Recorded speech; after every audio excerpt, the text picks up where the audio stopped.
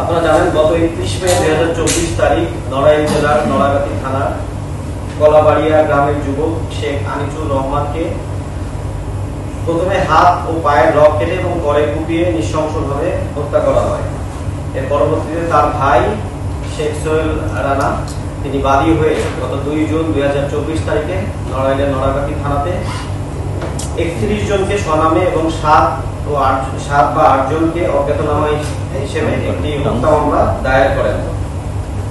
নৃশংস এই হত্যাকাণ্ড এটি প্রিন্ট এবং ইলেকট্রনিক মিডিয়ায় ব্যাপক চাঞ্চল্যের সৃষ্টি করে।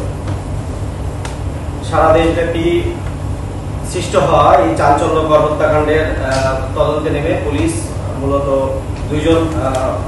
দুইজন আসামিকে গ্রেফতার করতে সক্ষম হয়। অবশিষ্ট যে আসামিরা ছিল তারা মূলত নড়াইল ত্যাগ করে দেশের বিভিন্ন স্থানে, রাজধানী সহ বিভিন্ন স্থানে পালিয়ে যায়। আমাদের র্যাব ও ছায়া তদন্তে নামে মূলত র্যাব 6 যেটি খুলনাতে অবস্থিত যে ব্যাটালিয়নটি তারা ছায়া তদন্তে নামে, তার সাথে র্যাব সদর দপ্তর গোয়েন্দা শাখা একই সাথে তদন্তে নামে।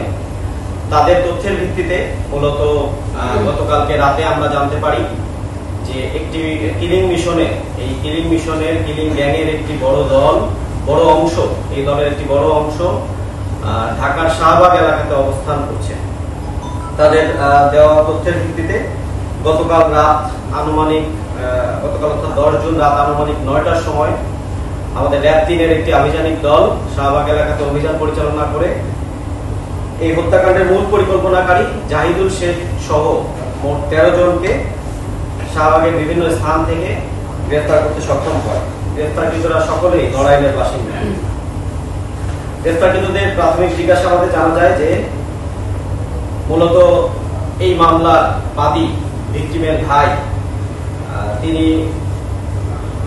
কলাবাড়িয়া ইউনিয়ন পরিষদ, এই ইউনিয়ন পরিষদের 2 নম্বর ওয়ার্ডের 3 বারের নির্বাচিত ইউপি সদস্য এবং তার সাথে এই হত্যাকাণ্ডের 7 নম্বর আসামি, যার নামে 7 নম্বর আসামি জুলফিকার, তার রাজনৈতিক দ্বন্দ্ব ছিল। মূলত নির্বাচনে তিনিও একজন প্রতিদ্বন্দ্বী ছিলেন, কিন্তু কোনোবারই তিনি জিততে পারতেন না।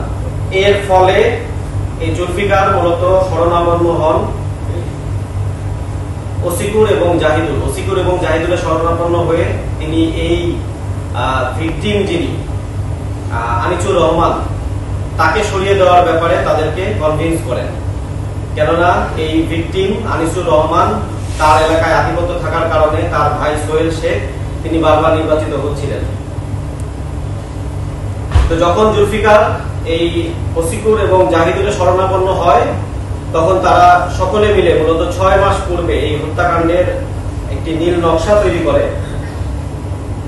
নিজ বাড়ি থেকে নিয়ে যাওয়ার জন্য মূলত জাহিদুল এবং হাসানুরের যে ছোট দল তারা এই ভিকটিম আনিসুরের বাসায় যায় এবং তাকে নিয়ে 4 ব্রাদার্স যে ইট ভাটা, খোলা মাঠের ভিতরে ইট ভাটা, সেই ইট ভাটাতে নিয়ে যায়। ইট ভাটাতে নিয়ে যাওয়ার পর পরিকল্পনা মোতাবেক জুলফিকার, যিনি গ্রেফতারকৃত জুলফিকার, যিনি মূলত রাজনৈতিক প্রতিদ্বন্দ্বী ছিলেন, তার নেতৃত্বে 12-13 জনের মূল দল যারা দেশীয় অস্ত্রে সজ্জিত হয়ে এই হত্যাকাণ্ডের মূল কাজটি করার পরিকল্পনা করেছিল। তাদের কাছে নিয়ে যাওয়ার দায়িত্ব ছিল এই জাহিদুলের এবং হাসানুরের। জাহিদুল এবং হাসানুর যখন তাদেরকে নিয়ে, এই ভিকটিমকে নিয়ে গল্পের ছলে ওই ইট ভাটাতে উপস্থিত হয়, আনিসুর দূর থেকেই বুঝতে পারে যে তাকে হত্যা করার জন্য একটা পরিকল্পনা করা হয়েছে। তখন সে তৎক্ষণাৎ ওই স্থান থেকে পলায়ন করার জন্য জোরে দৌড় দেয়। ওই খোলা মাঠে একটি জায়গায় ছিল পাশে একটা বাঁশের বেড়া দিয়ে তৈরি একটি ঘর, যেখানে আশ্রয় নিতে পারে। সেই স্থানে যখন দৌড় দিয়ে আনিসুর জীবন বাঁচানোর চেষ্টা করে, এই কিলিং গ্যাংয়ের যে অবশিষ্ট দল, রিজার্ভ দল, সেই দলটি ওই বাড়ির ভিতরে আগে থেকেই ওত পেতে অবস্থান করছিল যে কোনো কারণে যদি মূল দল ব্যর্থ হয় এই রিজার্ভ দল এই কাজটি সম্পন্ন করবে। তো যখন আনিসুর ওই বাঁশের বেড়া দিয়ে ঘেরা বাড়িতে উপস্থিত হয় তখন সাথে সাথেই 4-5 জনের একটি দল, এটি ছিল মূলত গ্রেফতারকৃত হানিফের নেতৃত্বে এই দলটি তাকে ধরে ফেলে ধরে ফেলার পরপরই জুলফিকার প্রথমে ওই 12-13 জনের দলের যে দলনেতা জুলফিকার ওখানে উপস্থিত হয়ে যায় এবং এই 4-5 জন জুলফিকার সহ মূলত জুলফিকারই প্রথমে হাত এবং পায়ের রক কেটে দেয় এবং ওই সময় অবশিষ্ট যে 13-14 জনের যে দল তারা এসে উপস্থিত হয় এবং তারা দেশীয় অস্ত্র দিয়ে কুপিয়ে বিভিন্ন স্থানে জখম করে এই হত্যাকাণ্ডের কাজটি নিশ্চিত করে। এই গ্রেফতারকৃত জাহিদুল, যিনি হত্যার মূল পরিকল্পনাকারী হিসেবে আমরা চিহ্নিত করছি, তার বিরুদ্ধে এই হত্যাকাণ্ড ছাড়াও অতীতে অনেকগুলি মামলা রয়েছে, যেগুলি মূলত হত্যা, ধর্ষণ এবং নির্যাতনের মতো মামলা।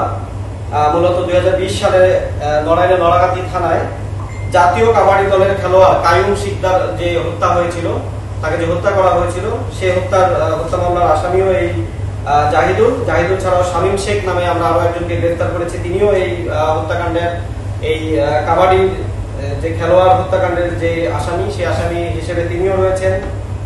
এছাড়াও এই গ্যাংয়ের অন্য যারা রয়েছেন গ্রেফতারকৃত জুলফিকার, হাসানুর, তাদের বিরুদ্ধেও এই একই ধরনের হত্যাকাণ্ড সহ মারামারি এবং অন্যান্য মামলা রয়েছে, তাদের প্রত্যেকের সকলের নামে।